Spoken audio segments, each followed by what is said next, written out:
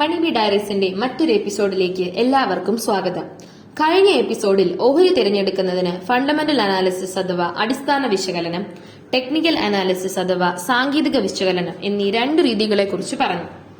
ഇനി fundamental analysis ഉപയോഗിച്ച് ഓഹരി എങ്ങനെ തിരഞ്ഞെടുക്കാമെന്ന് നോക്കാം.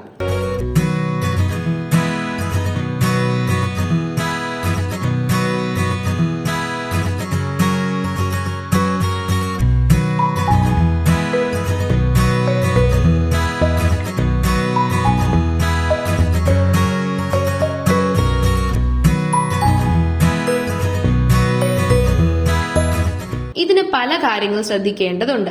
ഒന്നാമതായി, ഓരോ കമ്പനിയുടെ ക്വാളിറ്റേറ്റീവ് ആൻഡ് ക്വാണ്ടിറ്റേറ്റീവ് ആയ വശങ്ങൾ വിശകലനം ചെയ്യേണ്ടതുണ്ട്. ക്വാളിറ്റേറ്റീവ് ഫാക്ടേഴ്സ്: കമ്പനിയെ പറ്റിയുള്ള വാർത്തകൾ, ഉദ്യോഗസ്ഥ തലത്തിലുള്ള മാറ്റം, ധനപരമായ സംഭവങ്ങൾ എന്നിവ ഉൾപ്പെടുന്നു.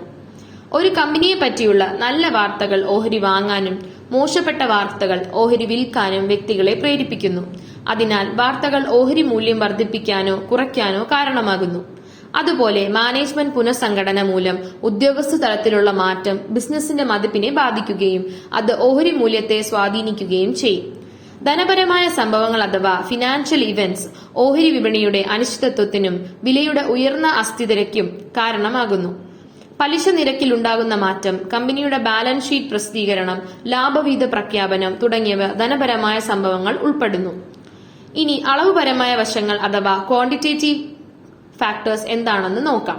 Earning releases, balance sheet, dividend, ratios എന്നിവയാണ് ക്വാണ്ടിറ്റേറ്റീവ് ഫാക്ടേഴ്സ്. ഒരു കമ്പനിയുടെ വരുമാനം സംബന്ധിച്ച രേഖകൾ നിക്ഷേപകർ സൂക്ഷ്മമായി നിരീക്ഷിക്കേണ്ടതാണ്.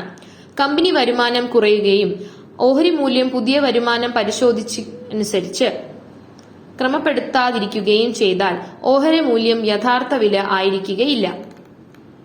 ബാലൻസ് ഷീറ്റ് അഥവാ ബാക്കി പത്രം കമ്പനിയുടെ എല്ലാ ആസ്തികളും ബാധ്യതകളും കാണിക്കുന്നു. ബാലൻസ് ഷീറ്റ് പരിശോധിച്ചാൽ കമ്പനിയുടെ ഭാവി വരുമാന സാധ്യതയും ഓഹരിയുടെ നിലവാരവും വ്യക്തമാകുന്നു. എന്താണ് ഡിവിഡന്റ്? അത് എന്തിനെ സൂചിപ്പിക്കുന്നു? ഓഹരി ഉടമകൾ ഓഹരി കൈമാറ്റം ചെയ്യാതെ കിട്ടുന്ന വരുമാനമാണ് ഡിവിഡന്റ്. കമ്പനി ലാഭത്തിലാണെന്നും അതിനാൽ ഭാവി വരുമാന സാധ്യതയുണ്ടെന്നും ഡിവിഡന്റ് സൂചിപ്പിക്കുന്നു. ഇനി നമുക്ക് പലവിധ റേഷ്യോസ് എങ്ങനെ ഓഹരി നിർണയത്തെ സഹായിക്കുന്നുവെന്ന് നോക്കാം. ആദ്യമായി പ്രൈസ് ടു ഏർണിംഗ്സ് റേഷ്യോ ഒരേ മേഖലയിലെ രണ്ട് ഓഹരികൾ തമ്മിൽ താരതമ്യം ചെയ്യാൻ സഹായിക്കുന്നു. ₹1 ലാഭം ഉണ്ടാകുന്നതിന് എത്ര രൂപ മുടക്കണമെന്ന് കണക്കാക്കി ഓഹരി മൂല്യം നിർണ്ണയിക്കുന്ന രീതിയാണിത്. അടുത്ത ഡെബിറ്റ് ഇക്വിറ്റി റേഷ്യോ എന്നത് ഒരു കമ്പനിയുടെ ബാധ്യതകളും ആസ്തിയും തമ്മിലുള്ള റേഷ്യോ ആണ്.